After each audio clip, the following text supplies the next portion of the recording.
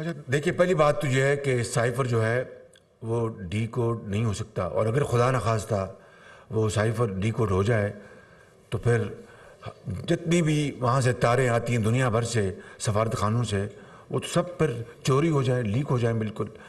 جو میں بطور وزیر اعظم کی کاپی تھی وہ غائب ہے بالکل۔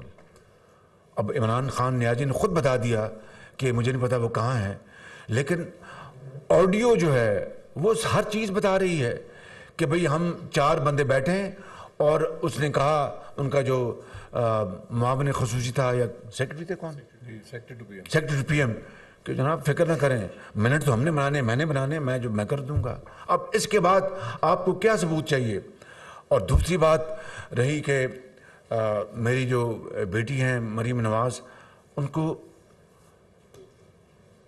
عدالت عالیہ نے ان کو کلین چٹ دی ہے، اور وہ پہلی مرتبہ پیش نہیں ہوئی۔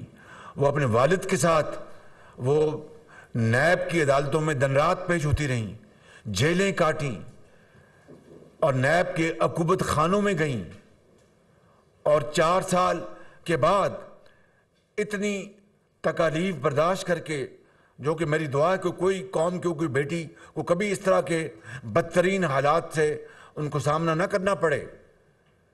آصف زرداری صاحب کے ہمشیرہ کے ساتھ کیا ہوا؟ ان کو عید کے شاید چاند رات ان کو گرفتار کر لیا گیا۔